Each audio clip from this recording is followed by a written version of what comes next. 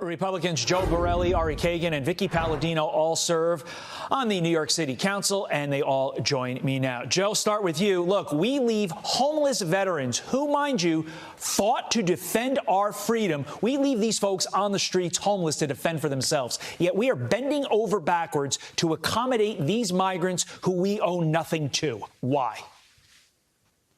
Well, it's a sign our priorities are completely out of whack. I mean, this is a problem that's now costing $8 million a day. That's more than the entire FDNY, our fire department. That money could be going for homeless veterans. It could be going for school lunches. It could be going for health care for the sick. It could be going for a whole bunch of services that the city provides. But because we've decided to have this woke experiment of being a sanctuary city, we are now essentially boxed in by our own progressiveness and spending money we don't have. It's a shame, and I'm hoping the mayor finds some off-ramp very soon. On Saturday, the mayor, Eric Adams, said New York City has cared for over 65,000 migrants. Think about that number, Vickie.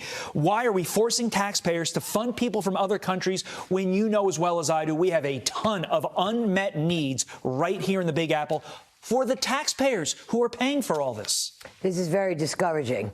What we're seeing right now in City Hall is a little bit of weakness. We need our mayor now to stand up to the federal government and turn these buses away. 65,000. Now, we're in the sanctuary city status. I believe that the only way we're going to get out of this right now is to double think the sanctuary city policies. 65,000, and we're just getting started. By July or August, we will have close to, I would say, 100,000 people here. We are drowning. The city is drowning, and this can't go on for much longer. Absolutely not. It's temporary relief for the parents. They say they're relieved that migrants are no longer currently going to be housed in their kids' schools. Let's take a listen to some of those parents. Hey, I'm just happy to be one of the parents who originally initiated the whole movement. Again, we just thankfully everybody got together and we did this whole movement to fight for our kids' space. And, it wasn't really nothing against. We try to make our point very clear. It's nothing against immigration or the immigrants coming over to us, to New York. It's our kids' space. It's our kids' safety, which is why we just made it so strong to fight against that for us, for our kids. That man speaking for a lot of parents. Ari, you know the city's resources. What's the end game here? Where will all these people, these migrants, be placed?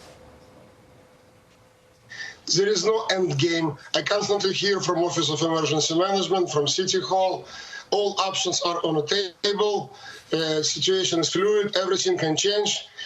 I was relieved yesterday to learn that finally migrants left PS 188 gym in Coney Island after it was a big protest by parents who said that this gym belongs to Coney Island community. But at the same time, I said, is it 100% guarantee that nobody ever returned to this school gym? It will never be again transformed into an overflow processing center for me. All right. I believe he's frozen. We're going to go finally to Joe. Joe, a lot of our viewers are visitors to the Big Apple. Tourist season is upon us. Should they even come here if half of the city's hotel rooms are going to be filled with migrants, potentially more now that they're not going to be using the schools, at least for now? Well, I'm glad you made that point. I mean, the mayor just announced 50% of our hotel rooms are occupied by this migrant crisis. I mean, 3 years ago, they would have been occupied by people from France or China or wherever, folks who were trying to come here, enjoy a good time, spend some money, give some much-needed tax funds to our coffers, and now we're not. It's just unfortunate that we're not going to have the tourist season that we would like to because of this problem. We have over 100, if not 150 hotels under lease right now, which is just an unsustainable situation, and New York is going to take a long time to recover. We reached out to Mayor Adams' office for comment. We did not receive a response. Look, if I'm a city taxpayer, I'm thinking, first, you're using my money to pay for all these migrants, and I'm struggling to pay rent. But then secondarily, you had the audacity to try to house these migrants in my kids' schools, the one sanctuary for my kids. Just horrific. Joe, Ari, Vickie, thank you so much. Keep up the fight. Ash, over to you.